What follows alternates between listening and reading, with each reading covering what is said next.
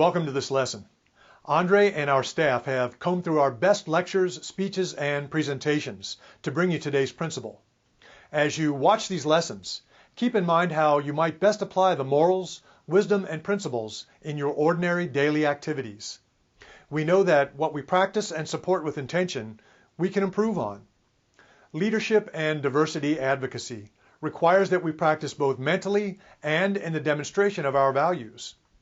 Take this time to reflect on your behaviors, build on your strengths, and minimize your areas of weakness. Remember, we look forward to seeing who you become. Andre and our team at AM Horizons will start you on this journey now. In this 101-year gap, I'm not so much, well, we know that that's a gap that is still plaguing us today, right? So it explains a number of things that we currently see in our society. Why education rates between the dominant group and subordinate groups is so different. The wealth gap is so different. The health disparities are so great. And so those dates are helpful in explaining those things. And lastly, this God complex shows itself in the system of discrimination. And one of the things that we said was that in 1964, discrimination was not only defined, but segregation was outlawed. So segregation was outlawed and discrimination was defined as a part of a legal process. And so one of the important concepts that we'll go over, we won't talk all about discrimination, but I want to share these two concepts as well as talking about micro inequities and how those show up in our workplaces. And so one of the descriptors of, or one of the key concepts of discrimination is the concept of impact versus intent. And so what impact versus intent implies is that it is not, so let's give an example. So someone says a racially charged or a gender-specific joke that is harmful. It's not designed to uplift the human spirit, the human wholeness. It's designed actually to tear it down, to create divisiveness in the workplace, all for the sake of humor or a cheap laugh. Well, if a person says, delivers this joke, and you always know when these jokes are coming because the person always says, can I tell you a joke? They ask you before they try to tell the bad joke. And one of the things that we have to realize is that when they ask us, we know something bad is coming, so we need to say no right up the top. The second thing is that it is not the joke that gets measured, it is the impact of that behavior. And so someone tells that joke, someone reports that to HR or to a supervisor or a manager, and the person comes back after they've been confronted and said, you know what, I didn't mean it. It was just a joke, I was trying to be funny. Well, what the 1964 Civil Rights Act says in the definition of discrimination is that it is not the intent that is measured, it is the impact that is measured. And so if I swat a coworker on the behind as he or she goes by and we're not on the softball team together, that will be considered what? Sexual harassment, right? And so sexual harassment is a form of discrimination that is particularly not accepted in the workplace. And so this form of discrimination being sexual harassment, if I'm confronted with that and I say, you know what, I didn't mean it, I was trying to be jokey, I was trying to cheer them up, the court will not recognize people's intent, it will recognize the impact of that behavior.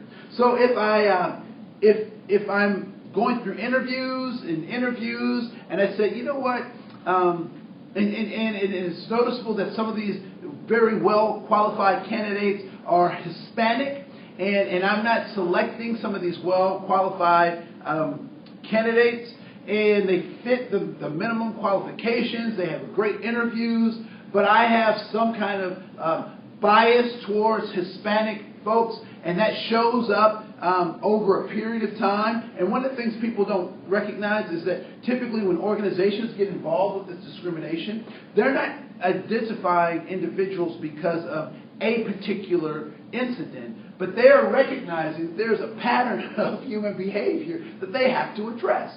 And so when folks engage in dealing with discrimination, it is not because of one incident. It's because there's been a series of incidences, and this one is the one that we have to address, because this could be the tipping point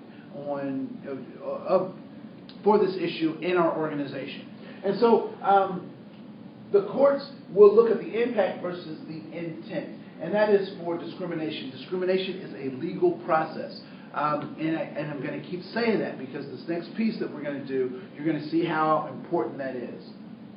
And so discrimination of any kind, so sex, creed, color, religious background, pregnancy, disability or limited ability, all of those things are forms that are forms of human existence that are covered under the 1964 Civil Rights Act.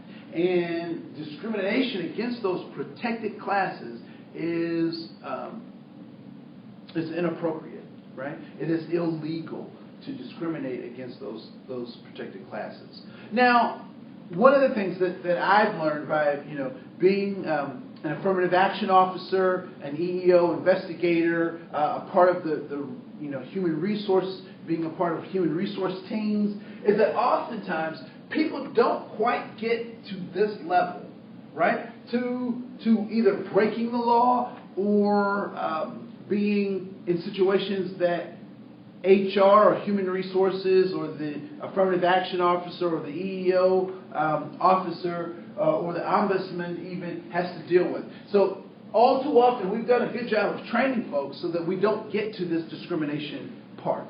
However, there are small things that people do that walk that line. So it's like, there's a line in the sand and someone will come up to the line and they won't cross the line, but they'll get as close to it as possible, right? And so those things we are going to call micro inequities and microaggressions, right? So these are these things that aren't illegal, but they're close, right? So, for example, microaggressions really focus on intent versus impact, right? So, for example, a microaggression in terms of looking at intent versus impact, the microaggressions would be things that I might say that don't recognize human wholeness, that try to drive a wedge between the body and the spirit and make someone feel less than who they are, right? And so, for example, we meet at 9 o'clock, and so a group of us get together and we have a meeting at 8:45. So you walk into the meeting that started 15 minutes ago, and you've missed part of the meeting. Or the meeting location has changed, and we failed to recognize that you need to know that information. So that is the intent that creates this impact. And the funny thing is that these small microaggressions, these small things. So, someone comes into your office to talk with you, and you keep typing as opposed to talking to them. What are you saying to them? You're saying that they're less human, that their humanity isn't as important as what you're doing or the person that you're talking to. You're telling a joke, and someone walks into the room, and everybody goes silent. Whether you're talking about them or not, it gives the impression, it is a microaggression that gives the impression that you're diminishing their humanity, right? Sharing political jokes that you received through your email, posting those political pictures in your cubicle area that you get through your email. These are microaggressions. They're not actually discrimination yet, but they are microaggressions and micro-inequities that contribute to the second part of of discrimination, which is a hostile work environment.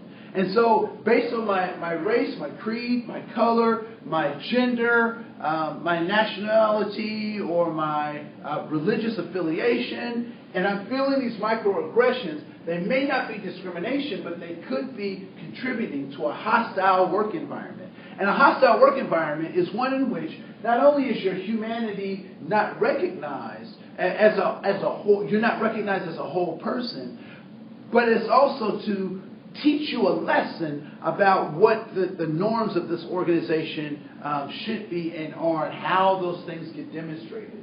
And so intent versus impact becomes extremely important. I don't know if you've ever received a gift from someone who was forced to give it to you. Be that gift an apology or some tangible device.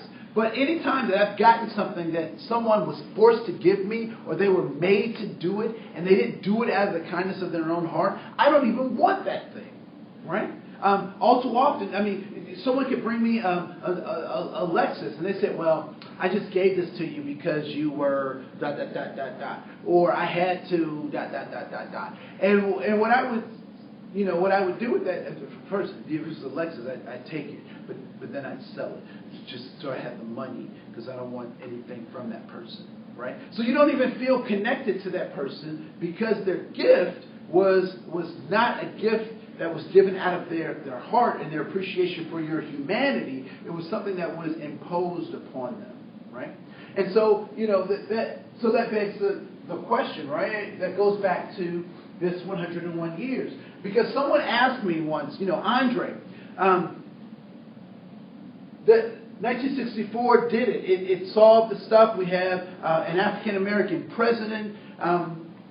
We've done over 101 years stuff. We fixed that. How long do we keep it?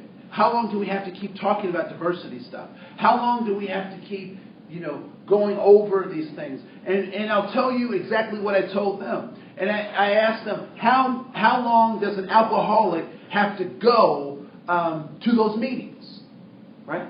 How many cancer treatments does it take to get rid of a metastasized tumor, right?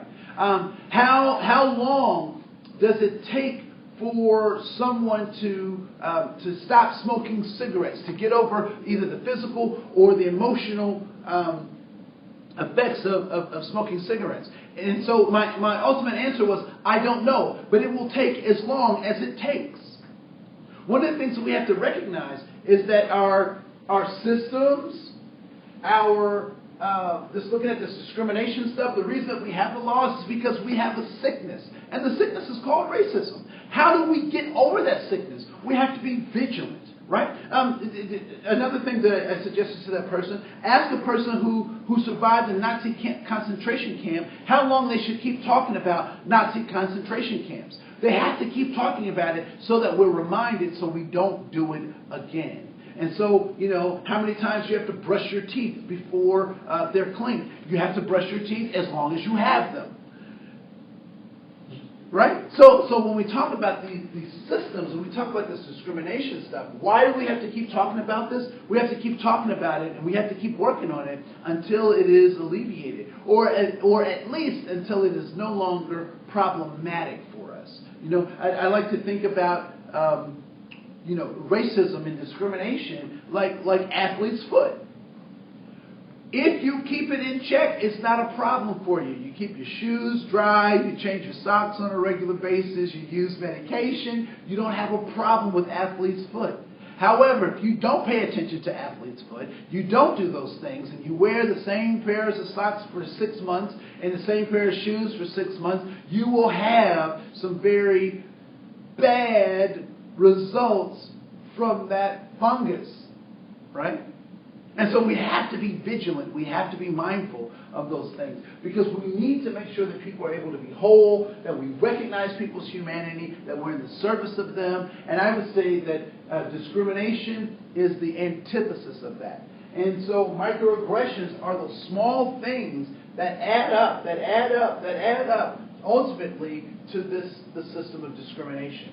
And so how do we avoid this system of discrimination or engaging in micro inequities and engaging in microaggressions, we do that by this one thing. We recognize that there is dignity and honor in being human. That human beings we were born whole, but the world that we're born into is broken. And the world that we're born into is trying to make sure that we're cracked, that we're separated from our spirit.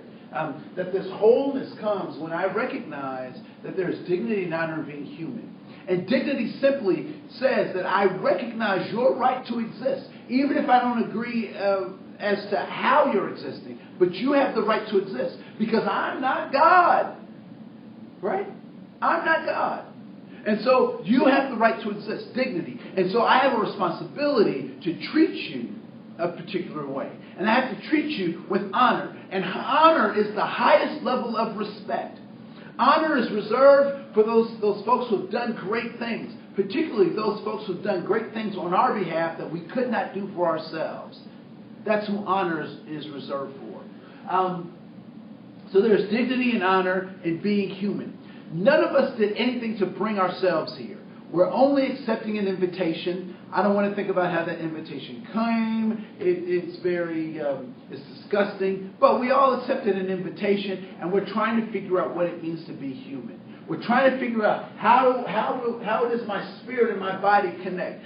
How do I define humanity? How do I recognize humanity in other people, particularly when they have not recognized it in me? How am I in the service of other people? How do I help us build this human family in a way that creates and changes our paradigms and allows us to live lives that are complete and full, regardless of the situations that we find ourselves in, the environments that we find ourselves in?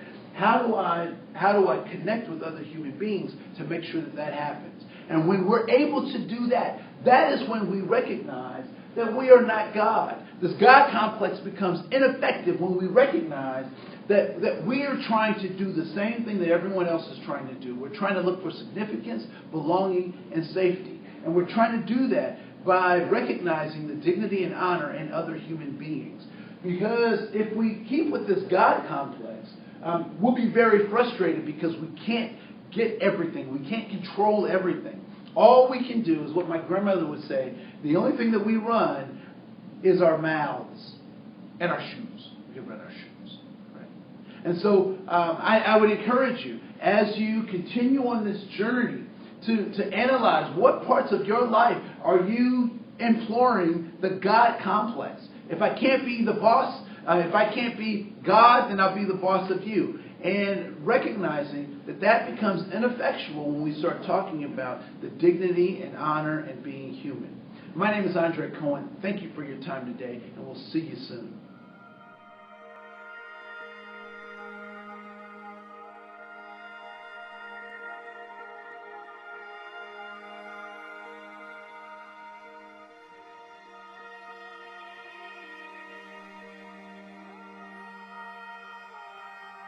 There is dignity and honor in being human. Oftentimes when we talk about diversity, we often talk about it in very esoteric ways. We talk about it in very emotional ways. But typically we never talk about what is the core and the root of what we currently call diversity. So what is dignity? Dignity implies that there is a self-pride as well as a pride that is exuded and offered to other people. So as a part of diversity, there is dignity. There is also honor. Oftentimes, people confuse honor with respect. But honor is respecting at a very high level. Dignity, honor, and respect. There is dignity and honor in being human. What does it mean to be? None of us have done anything to be here on this planet. So we're not more worthy or less worthy than anyone else. We're just here to learn about how to be humans. And lastly, there is dignity and honor in being human. What does it mean to be human? Well, if we look up in the dictionary, we find something very interesting, that there are two definitions for the word human. One being the noun, having thumbs, having a big brain, and walking on two legs, human. But there's also the adjective of being human that describes how we should exist, the things we should do, the ways in which we should interact with each other. There is dignity and honor in being human.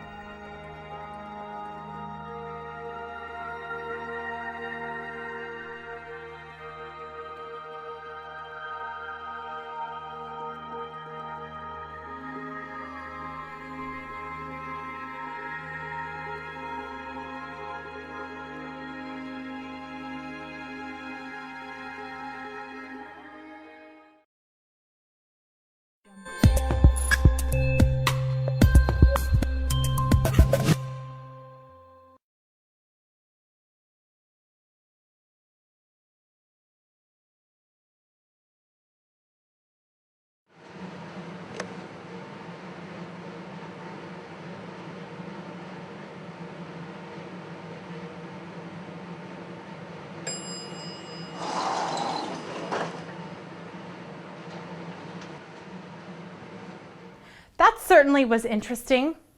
Do you think that dignity, honor, or respect was given in that situation? If you walked in on that situation, how would you feel? If you were passing by that situation, what would you say? What impact do you think that interaction would have on the culture of respect? Would the behaviors in that scenario increase or decrease discretionary effort?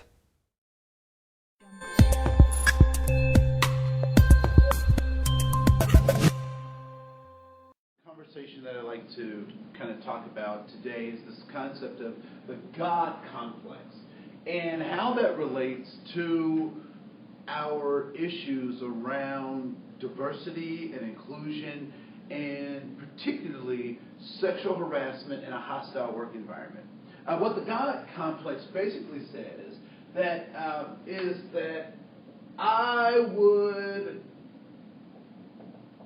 like to be God. And I think for a lot of people, that is the motivation or the hidden motivation in their behavior, is that they would like to be the controllers of their environment. They like to be the manipulators of their possibilities, the captains of their souls. They embody Invictus. And one of the things that we start to understand about our human existence is that, in fact, we cannot be God. We cannot control what necessarily happens to us. We have control over our choices, but we don't have control over the way that we shape either our destiny or other people's destiny. And so what we come to realize is that if I cannot be God, I will settle to be your God. Which typically means that if I can't be the person who creates something out of nothing, then as you'll hear young people oftentimes say, I'm the boss of you. Or you'll hear the opposite, where kids will declare, you're not the boss of me. What they're saying is, you can't tell me what to do. You are not my God. And a lot of times when we get in positions of power, we get that confused. William Glasser summed it up best when he said that people do what they want to do. That's it. People do what they want to do. Our job as leaders is not to get in the way of them doing what it is that they want to do, and actually to corral or to help people focus on what it is that the organization wants them to do, and not necessarily what we want to do. And so this God complex gets us into a lot of trouble when we try to exert our will on other people. And so a lot of times it shows up as discrimination in the workplace, or we will see that we're biased in our interviewing. We'll notice that if we look around our organization, that all the people seem to look very similar to themselves. And it's interesting because it's not a phenomenon that is necessarily built on a particular race, but is but we all can fall prey given whatever so-called racial distinctions that we give ourselves. For example, typically when I have this conversation about discrimination, or I have a conversation about the interviewing process, why our organizations don't look any different, 40 years, 60 years later, after the civil rights movement, why they don't look much different. And we come back to this discrimination, and it's easy for people to go to white people as being the core or the root of the problem. But I've had some consultations with folks that are in Texas where the large Spanish-speaking population does not believe that people who don't speak Spanish can be beneficial to the organization. So, and then I've also been in settings where African Americans will only hire or look after African Americans, and so those things become problematic in terms of looking at how our organizations move forward in productive ways. And so I want to spend some time talking about this idea of discrimination. We're going to talk about impact versus intent and intent versus impact. We'll talk about micro-inequities and microaggressions, and we'll also talk about some important legal opportunities that we've had to really advance. And some of those we've missed, and some of those we're capitalizing on. So we'll spend some time talking about that. What I'd like to talk a little bit about is why we have this kind of God complex, and what is it that we can do to kind of overcome this complex. And one of the things we have to understand is that so I was a high school teacher for a number of years, and so a lot of the concepts that I give, the concepts that I share, kind of come from that basis. And so they may seem very simplistic, and I want you to just walk with that simplicity until we're able to get to some higher order ways of thinking and use some of the principles in these simplistic ways to actually develop more sophisticated ways of interacting and having conversations. So first of all, when we talk about the human soul, we have to ask ourselves, what is humanity? So what does it mean to be human? Who is a human? How do humans act? What do humans do? What are our expectations of humans that we don't necessarily have of my dog? Right? So what expectations do we have for humans and humanity that we don't necessarily have for our pets, our cats, our dogs, our ferrets, if you will? There are some expectations of humanity that are only reserved for humans, right? And so some of those things are, we expect humans to be empathetic. We expect humans to bounce back from hard times. We anticipate that human beings are able to negotiate conflicts, that we live by rules of law, that will be civil, that will interact in ways that benefit all of us, that our relationships will be mutually beneficial. Those are some of the things that we expect, the highest things that we expect of human beings. We also know that human beings fall short of all of those high expectations. So humanity is a very complex thing, but it is something that we have to give other humans. And I would say that there are two things to recognize about humanity. That humanity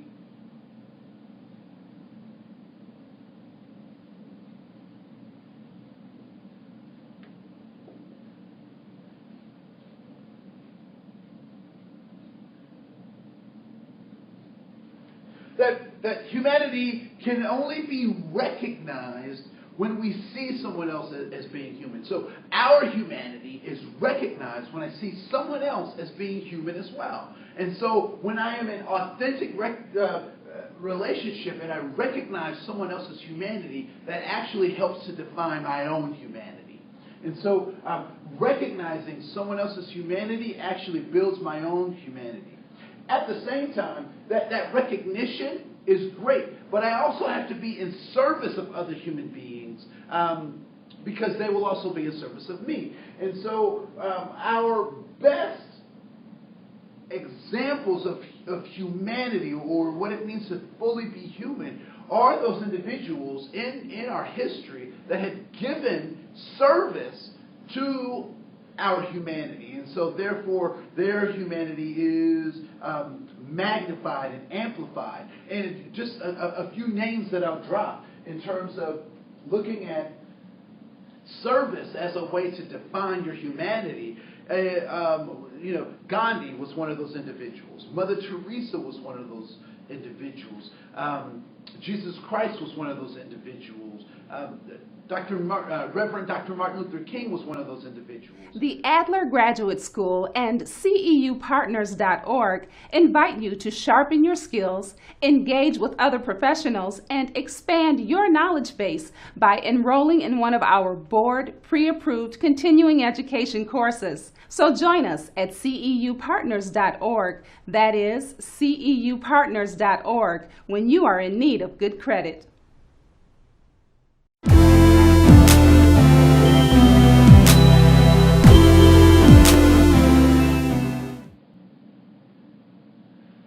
All right, so I want to spend some time talking about the United States, the country that I love, the place where I pay taxes and I vote. So I expect certain things from the country that I live in.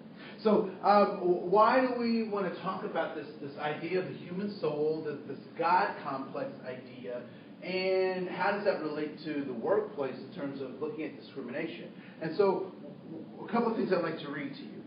The preamble of the Constitution. We, the people of the United States, in order to form a more perfect union, establish justice, ensure domestic tranquility, provide for the common defense, promote the general welfare for ourselves, and promote the general welfare for ourselves, to secure the blessings of liberty for ourselves and our posterity. We do ordain and establish this Constitution for the United States of America. The Declaration of Independence, paragraph 2, we hold these truths to be self-evident, that all men are created equal, that they are endowed by their Creator with certain inalienable rights, that among these are life, liberty, and the pursuit of happiness. Now, one of the things that I think is very interesting in both of those documents, it alludes to, talks about the fact that if we add that concept of wholeness, we understand that it's written in the Constitution, right? It's written as our Declaration of Independence, that we want to create an atmosphere where people can be whole. And so what we know is that we're a nation of contradictions, right? So we haven't always lived up to the best of ourselves. However, I think it is the aspiration, it's the work towards doing that has set us aside from other countries on this small orb called Earth. And so a couple of things I want to point out. One is that in 1863, that the Emancipation Proclamation was signed, right? So 1863, the Emancipation Proclamation is signed. Doing what for whom? And typically when I ask that question, the answer that people give me is that it freed the slaves. Now, that language or that way of speaking is problematic for me, because what we're doing when we say that it was designed to free the slaves, let's go back to this wholeness, right? Let's go back to this cracked soul. So what is a slave? A slave is typically considered property. It is considered a thing. And so one of the tricks, particularly for those white people who owned slaves in the United States, was that they were able to, the reason they were able to do some of those things, that they were able to keep those people in subjection, was because they did not see them as people, they saw them as things. And every time we have this conversation about the system of slavery, and we refer to those people as slaves, we are re-victimizing them because we're calling them things once again. And so one of the questions that I ask in my presentations is, were those things in the system of slavery? And the answer is no, they were not things. They were not things in the system of slavery. They were people. They were people with dreams and aspirations and hopes and wishes and desires and abilities to do things. And the system of slavery not only monitorized their lives, but also denied them access to being their whole selves. Right? So 1863, the Emancipation Proclamation is signed. giving freedom to those people who were in the system of slavery. 1920s, and in particular, August 18th, 1920, the women's suffrage movement comes to its most pinnacle moment in this part of history, and women get the right to vote. So finally, after all of this time, women get the right to vote and participate in this great representative democracy in ways that they had not before. And so, I am woman, hear me roar, rawr, which was actually coined quite later, but it was important that women were able to have the right to say, the right to say what was on their minds in our political system. All right? So,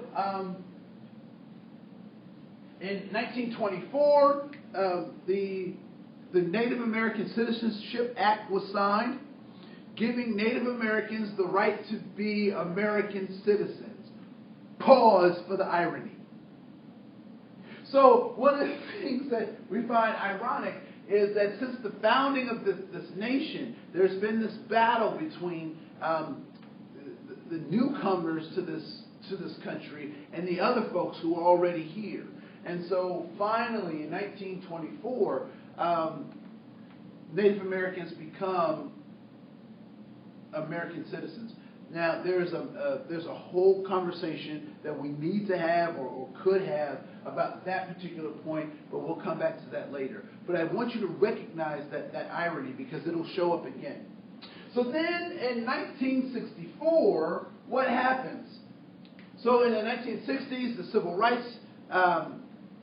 rights movement was going forward, and it reached one of its highest points in 1964 when it was signed into law, the 1964 Civil Rights Act, right? And so what basically that said, what that did was that eliminated segregation, particularly in federally funded or federally associated programs, restaurants, businesses, hotels, in public spaces. It said it was not okay to discriminate, which was to segregate. So the first thing that it did was that it ended segregation. The second thing that the 1964 Civil Rights Act did was that it defined discrimination. It made it a part of a legal process. And so 1964 is very important for those 2 points, as well as the fact that it lays the foundation for a lot of the rights that were to follow, right? And so this said that it was illegal to segregate, and it also defined discrimination in its legal terms. So that'll come back to us as well. Then in 1978, Native Americans get to practice their religion the way that they want without any federal or state interference in that process. Irony revisited. It's like Groundhog Day. Didn't we just say? Okay. So in 1978, Native Americans get to practice their religion the way they want. And the irony is simply that this nation supposedly was founded on religious ideas and beliefs, but Native Americans were denied that. And we'll talk about why that's important, particularly, excuse me, particularly when we talk about this idea of wholeness, right? Excuse me. And then in 1990, what we recognize is that the Americans with Disabilities Act is signed, giving, and this is very interesting because people sometimes get this confused, right? So the Americans with Disabilities Act did not give special treatment to people with disabilities. It gave them equal treatment. It gave them equal access to goods, jobs, services, and money, the same access that everyone else had, but they were denied because we were not cognizant of those folks actually being able to contribute to our systems, both in government as well as in our organizations. And so the 1990 Americans with Disabilities Act is very important when we start talking about how do these things add to human wholeness. And so what we recognize is that we've made some progress. We've also made some missteps. And there's a ways we have to go until we get to a point where we can create an environment where people have access to their wholeness. Now here is the difference, right? So I want to be real clear that I'm not saying that everyone needs to, that we need to create a system where everyone is exactly the same. But what I am saying is that in the past, we've had systems that have actually denied people access to their full humanity. Slavery was one of those systems. When women did not have the right to participate or have equal pay, and we still have that plaguing problem today, right? That denies them access to their 100% humanity. When Native Americans can't self-determine their own destiny, when it's legislated where they'll live, how much money, how much, all sorts of stuff, then that limits their ability to be their wholeness. Or when they have methods of being whole, and the larger culture says, we don't like those methods, so we're going to deny you access to the methods that you have developed to be whole, then that is a denial of humans' ultimate potential. And so these dates become extremely important. There are two dates that I want to pull out for us to have a conversation about, because these are plaguing issues, plaguing dates. So from 1863 to 1964 is 101 years. Now, one of the things that we don't put in context is what is significant about that 101 years. Now, in 1964, as Martin Luther King and others, Reverend Ralph Abernathy, a number of great folks were moving this civil rights agenda, they were getting feedback from the populace saying, wait a minute, slow down, you're going too fast. Change takes time. Well, it had been 101 years before we had actually started having, in federal legislation, some relief to this oppressive system. So 101 years passes, and people were like, Martin, you're going too fast. And that's when Dr. King said, well, justice delayed is justice denied. Because for 101 years, people had put up with these systems of Jim Crow, of these restrictive voting laws, with these laws that restricted where and how people could purchase homes and where they could raise their children and the schools they could go to. So over 101 years. Now, one thing I do have to say and I have to stress is that when we talk about this 101 years, this is a small piece of time. I did not want to start with the 200 years before this because I wanted to make sure that we had something that was that we could actually look at as it impacts us today. And so in this 101 years, what we know is that we added over 20 states to our union.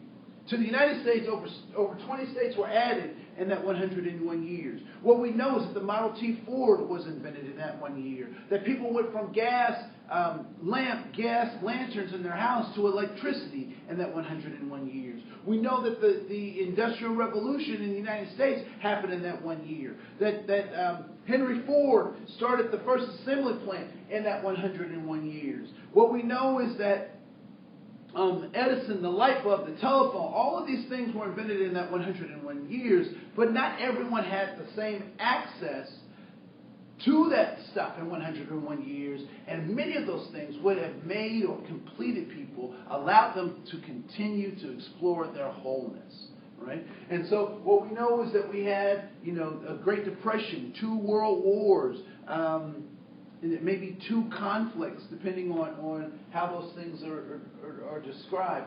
But a lot of things happened in that 101 years. And so we have to recognize that as we look at our relations in the United States with our own people, that there's a delayed access to goods, jobs, services, and money for some folks, while other folks were accumulating, even if it was at a small increment, accumulating wealth, accumulating net worth, accumulating generational resources that could be passed down from generation to generation. And so those things become important. Can you imagine what slavery might have been like had slaves been able to get life insurance? Have those assets to pass down, to be in a profit-sharing mode. So the history would have turned out different, but our present day would have some different outcomes. So those are some things to think about.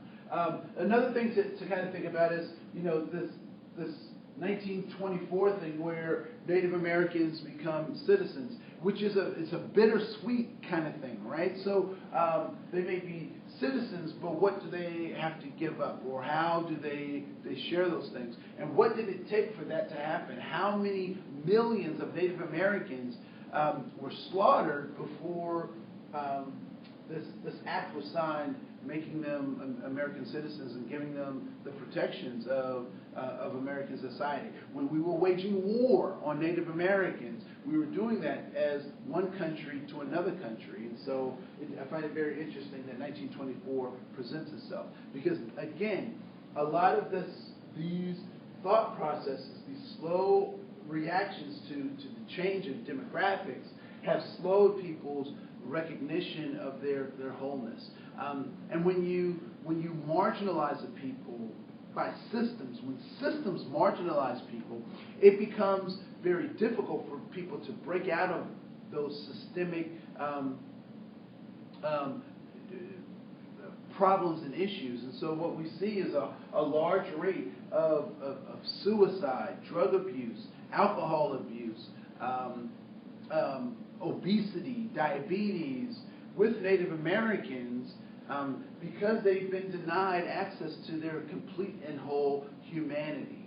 And so as we talk about this next piece, and we'll talk about discrimination and its impacts, we'll talk about how those things can help create human wholeness, how we can help people be complete.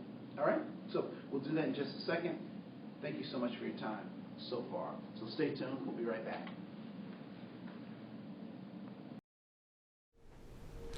Did that comment come out wrong? Was that joke meant to be funny? Are you facing disciplinary action for your behavior or language? You might need to be aware.